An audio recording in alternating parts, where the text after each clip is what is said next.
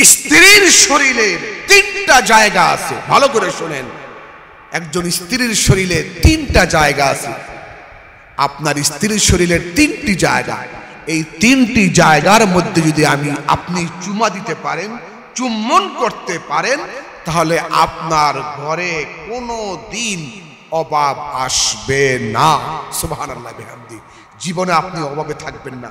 যদি অল্প টাকা কামাই করেন, কিন্তু আপনার ঘরে অভাব কি জিনিস আপনি দেখবেন না। সব সময় ঘরে শান্তি আর শান্তি। ছেলে কথা শুনবে, মেয়ে কথা শুনবে, স্বামী স্ত্রীর কথা শুনবে, স্ত্রী স্বামীর কথা শুনবে। কোনো স্বামী যদি স্ত্রীর শরীরের তিনটা জায়গায় চুমা দিতে পারে, তাহলে ওই ঘরে আল্লাহ পাক রহমত বরকত দিয়ে পরিপূর্ণ করে দিবে। কখনো অভাব ওই ঘরে আসবে না। একটা কাঁচা মরিচের জন্য কারো কাছে যাওয়া লাগবে না। সুবহানাল্লাহি ওয়া বিহামদিহি। স্বামী এবং স্ত্রী আল্লাহ পাক বানালেন কোন মিস্ত্রি? যেই মিস্ত্রি বানালেন ওই মিস্ত্রির নাম হলো আল্লাহ। স্বামী আর স্ত্রীর মধ্যে কি মহাব্বত, ভালোবাসা! যেই স্ত্রীর শরীরের তিনটা জায়গায় স্বামী চুমা দিতে পারলে সংসারে কখনো অভাব আসবে না, কোনোদিন দুঃখ কষ্ট আসবে না। সর্ব অবস্থায় সুখ আর সুখ, শান্তি আর শান্তি থাকবে। নবী পাক সাল্লাল্লাহু আলাইহি ওয়াসাল্লাম তিনি বলেছেন, স্বামী আর স্ত্রী একই বিছানায় ঘুমাবে, মাঝখানে কোনো ফাঁক রাখবে না। সুবহানাল্লাহি বিহামদিহি। স্ত্রীর কোন জায়গায় চুমা দিতে পারলে এই ফজিলত আপনি পাবেন, আমি একটু পরে বলতেছি। স্বামী আর স্ত্রী একই বিছানায় ঘুমাবে। আজকে আমাদের সমাজে দেখা যায় স্বামী স্ত্রী একসাথে ঘুমায় না। একটা খাটের মধ্যে স্বামী আর স্ত্রী শুইছে। স্ত্রী খাটের দক্ষিণ সাইডে, স্বামী হলো উত্তর সাইডে। মাঝখান দিয়ে 2.5 হাত ফাঁক। কয় হাত ফাঁক? 2.5 হাত ফাঁক। এই যে যুবকেরা হাসতেছে, হাসলে কাজ হবে না। স্বামী আর স্ত্রী যারা বিয়ে করছেন এক বিছানায় ঘুমাবেন, এক বালিশে ঘুমাবেন, বালিশ দুইটা হবে না। আম্মা জানা আয়েশা রাদিয়াল্লাহু তাআলা আনহা বলেছেন, আমি এবং আমার রাসূল একই বিছানায় ঘুমাতাম, একটা বালিশের মধ্যে ঘুমাতাম। আমাদের ঘরে একটা বালিশ ছিল, একটা কম্বল ছিল, একটা বিছানা ছিল। আজকে বালিশের অভাব নাই, কম্বলের অভাব নাই, কিন্তু স্বামী আর স্ত্রীর মধ্যে কোনো মহাব্বত, প্রেম, ভালোবাসা নাই। সুবহানাল্লাহ বিহামদি। নবীজি সাল্লাল্লাহু আলাইহি ওয়াসাল্লাম বলেছে একই বিছানায় ঘুমাইবা। আর আমাদের দেশে স্বামী হলো ডান সাইডে আর স্ত্রী হলো বাম সাইডে, মাঝখান দিয়ে 2.5 হাত ফাঁক। এখন শয়তান আইসা স্বামীর কানের গোড়ায় মুখ লাগায় বলতেছে, এই বেটাই, তোর স্ত্রীটা তোর বউয়ের চাইতে, তোর স্ত্রীর চাইতে তোর শালী বড় সুন্দরী। নাউজুবিল্লাহ মিন যালিক। আবার মহিলার কানের গোড়ায় মুখ লাগায় শয়তান বলে, তোর স্বামীর চাইতে তোর দেবরটা অনেক সুন্দর। নাউজুবিল্লাহ মিন যালিক। স্বামী আর স্ত্রীর মহব্বত, এটা হলো জান্নাতি নিয়ামত।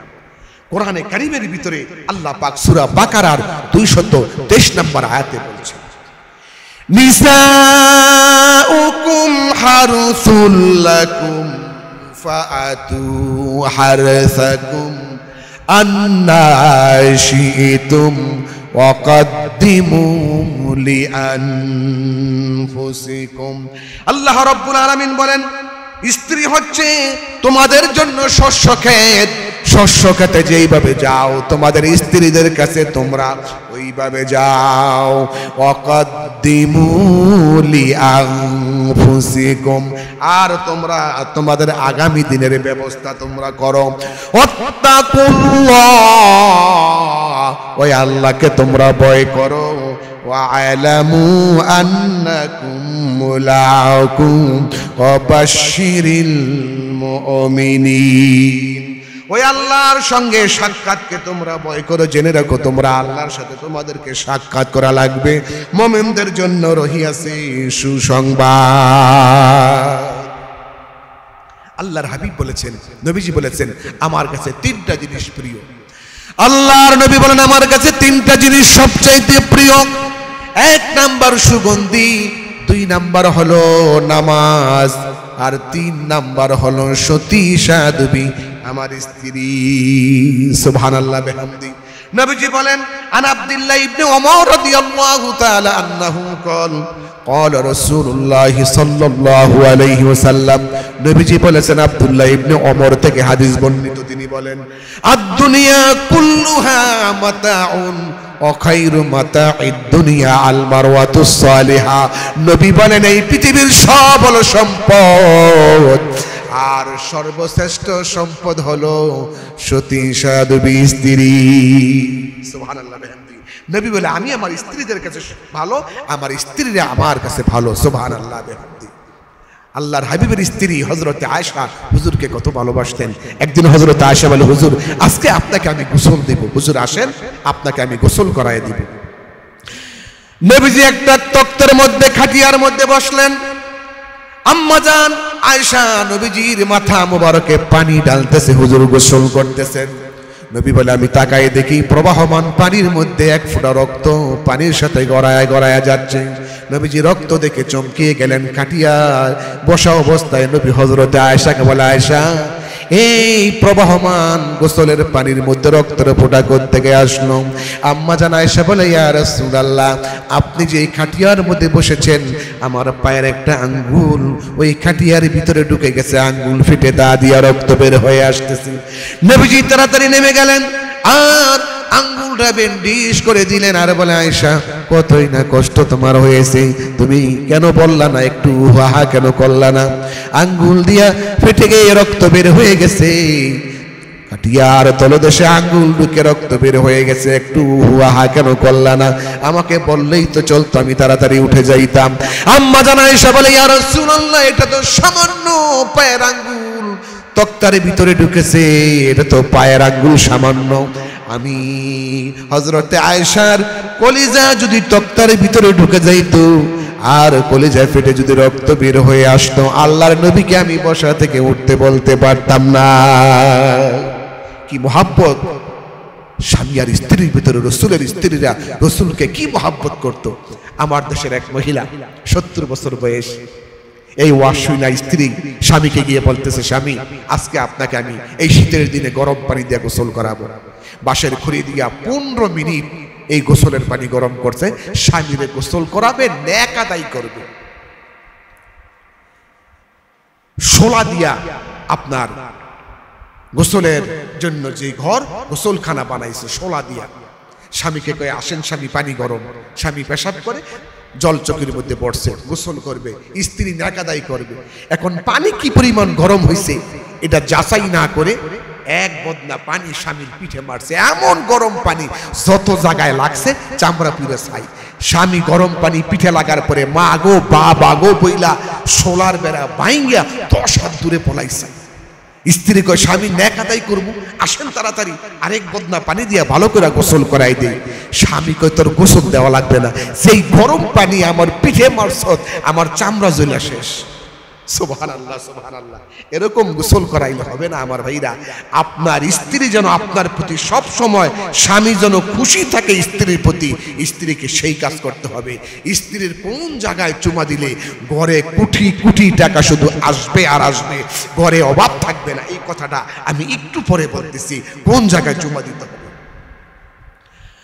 হযরতে উম্মে সালেমা থেকে হাদিস বর্ণিত আছে عن أم سلمة رضي الله تعالى عنها قالت قال رسول الله صلى الله عليه وسلم হযরত উম্মে সালেমা রাদিয়াল্লাহু তাআলা আনহা থেকে হাদিস বর্ণিত তিনি বলেন নবীজি বলেছেন আইয়ুমা ইমরাতিন মাতাত যাওজুহা আনহা রাদিন দাখালাতিল জান্নাহ যদি কোনো স্ত্রী মারা যায় আর স্বামী যদি ওই স্ত্রীর প্রতি রাজি থাকে খুশি থাকে ওই স্ত্রী মরতে দেরি আছে আল্লাহর জান্নাতে যাইতে দেরি নাই সুবহানাল্লাহ বিহামদি স্ত্রী মরবে স্বামী তার প্রতি খুশি মরার সাথে সাথে আল্লাহর জান্নাতে চলে যাবি এই জন্য আমি আমার মা বোনদেরকে বলবো সর্ব অবস্থায় স্বামীকে খুশি রাখবেন আর আপনারা যারা স্বামী তারা মনে করবেন না আমি তো স্বামী নওয়াবজাদা নসরুল্লাহ খান হয়ে গেছি না আমার স্ত্রী কেনা দাসী স্ত্রী কেনা দাসী না স্ত্রীরও একটা অধিকার আছে সম্মান আছে সেই অধিকার আপনার স্ত্রীকে আপনি স্বামী হিসাবে দিতে হবে সুবহানাল্লাহি ওয়া বিহামদিহি কোরআনে কারীমের ভিতরে আল্লাহ পাক বলছেন ওয়ালাহুম মিসলুল্লাযী আলাইহিন্না বিল মা'রুফ ওয়া লিররিজালি আলাইহিন্না দারাজাতুন। স্ত্রী যেমন স্বামীর উপরে অধিকার আছে, স্বামীরও তেমন স্ত্রীর উপরে অধিকার আছে। আর সমস্ত নারীর উপরে পুরুষকে আমার আল্লাহ প্রাধান্য দান করে দিয়েছি। সুবহানাল্লাহ বিহামদি। নবীজি হাদিস শরীফের মধ্যে বলেন, স্ত্রী যদি স্বামীর দিকে তাকায়, স্বামী যদি স্ত্রীর দিকে তাকায়, তাহলে আল্লাহ নেক দান করবে। কিন্তু ওই স্বামী যদি স্ত্রীর দিকে না তাকায়, বেগানা পুরুষের মহিলার দিকে তাকায়, তাহলে জিনার গুনাহ হবে। আর স্ত্রীর দিকে তাকাইলে আল্লাহ নেক দান করবে। সুবহানাল্লাহ। قال النبي صلى الله عليه وسلم, নবীজি বলেন, ইন্নার রাজুলা ইযা নাযারা ইলা ইমরাতিহি, কোন স্বামী যদি তার স্ত্রীর দিকে তাকায়, ওয়া নাযারাত ইলাইহি, স্ত্রীও যদি স্বামীর দিকে তাকায়, প্রেমের নজরে, মায়ার নজরে, দয়ার নজরে, রহমতের নজরে, প্রেমের নজরে যদি তাকায়, নাযারাল্লাহু ইলাইহিমা, আল্লাহ পাক স্বামী আর স্ত্রীর দিকে আকাশ থেকে রহমতের নজরে তাকায়। নাযারাত রহমাতিন, আল্লাহ পাক স্বামী আর স্ত্রীর দিকে আরশ থেকে তাকায়, আল্লাহর রহমত ওই স্বামী আর স্ত্রীর উপরে নাজিল হয়ে যায়। ফাইদা আখাযা বিকাফিহা তাসাকাতাত যুনুবুহুমা মিন খিলালি আসাবিহিমা। আল্লাহর নবী বলে, স্বামী যখন স্ত্রীর হাতে ধরবে আর স্ত্রী যখন স্বামীর হাতে ধরবে, হাতের ফাঁক দিয়ে সব সগীরা গুনাহগুলো আল্লাহ রাব্বুল আলামিন মাফ করে দিবে। সুবহানাল্লাহি বিহামদি, সুবহানাল্লাহি বিহামদি, সুবহানাল্লাহিল আযীম। আমার ভাইরা, আম্মা জান আয়েশা রাদিয়াল্লাহু তাআলা আনহা বলতেছেন, রাসূল আমার হক আদায় করতে কখনো ভুলে যায় নাই। শুধু রাসূল কেন, শুধু আয়েশা কেন, সব বিবির হক আল্লাহর নবী সঠিকভাবে আদায় করেছেন। সুবহানাল্লাহ। যুদ্ধের দামামা বাজতেছে, চতুর্দিকে অশান্তি, দিনের খেদমতের জন্য সাহাবারা যুদ্ধের ময়দানে ঝাঁপিয়ে পড়েছে, কিন্তু নবী তখনও স্ত্রীর হক আদায় করতে ভুলে যায় নাই। হযরত আয়েশাকে বলতেছেন, আয়েশা সবাই তো ঘুমিয়ে আছে, চলো তুমি আর আমি একটা দৌড় দেই। হযরত আয়েশা আর রাসূল দৌড় দিলেন, রাতের বেলা সব ঘুমিয়ে আছে। দৌড়ে আয়েশা সিদ্দিকা রাদিয়াল্লাহু তাআলা আনহা ফাস্ট হয়ে গেলেন, নবীজি পেছনে পড়ে গেলেন। আয়েশা বলে, হুজুর আমি কিন্তু ফাস্ট হয়ে গেলাম। নবী বলে, হ্যাঁ ঠিক আছে। আবার কিছুদিন পরে নবী বলে, আয়েশা চলো আজকেও একটা দৌড় দেই, সবাই ঘুমিয়ে আছে, কেউ দেখবে না। এবার নবীও দৌড় দিলেন, আয়েশা সিদ্দিকা দৌড় দিলেন, নবী ফাস্ট হয়ে গেলেন, আয়েশা সিদ্দিকা পেছনে পড়ে গেলেন। হযরত আয়েশা বলে, আমি একটু মোটা হয়ে গেছি। হাফাতে হাফাতে নবীর কাছে চলে আসলেন। নবী বলে, আয়েশা তোমার হাতটা বাহির করো। আয়েশা সিদ্দিকা ডান হাত বাহির করলে নবী হাতের সাথে হাত লাগায়া বলল, ওই যে তুমি আমাকে অনেক দিন আগে পরাজিত করেছিলে, আজকে আমি তার প্রতিশোধ নিলাম। সুবহানাল্লাহ বিহামদি। স্বামী আর স্ত্রীর কি মহব্বত, কি ভালোবাসা। আমার বন্ধুরা, স্বামী আর স্ত্রীর কোন জায়গার মধ্যে স্বামী চুমা দিলে ঘরে রহমত আর বরকত, টাকার কোনো অভাব হবে না, স্বামী কোটিপতি হয়ে যাবে। কোন তিনটা জায়গা চুমা দিলে আমি একটু পরে বলতেছি। আমার ভাইরা, আজকে স্ত্রীরা সেজে গুজে স্বামীকে দেখায় না, সেজে গুজে রাস্তায় বের হয়। সারাদিন স্ত্রী রাস্তায় বের হইয়া সেজে গুজে বের হয়ে যেদিন রাস্তায় বের হবে, যেদিন মার্কেটে যাবে, সকাল থেকে স্ত্রী সাজতে থাকে। স্বামী বলতেছে, সকাল থেকে সাজতেছো, মনে হয় তুমি কোথায় যাইবা। স্ত্রী বলে, হ্যাঁ একটু মার্কেটে যাব তো এই জন্য একটু সেজে গুজে নিলাম, মার্কেটে যাব তো এই জন্য সেজে নিলাম। তো স্বামী বলতেছে, সাইজা গুজা তুমি আমাকে দেখাইতে পারো না, তোমারে দেখাবো।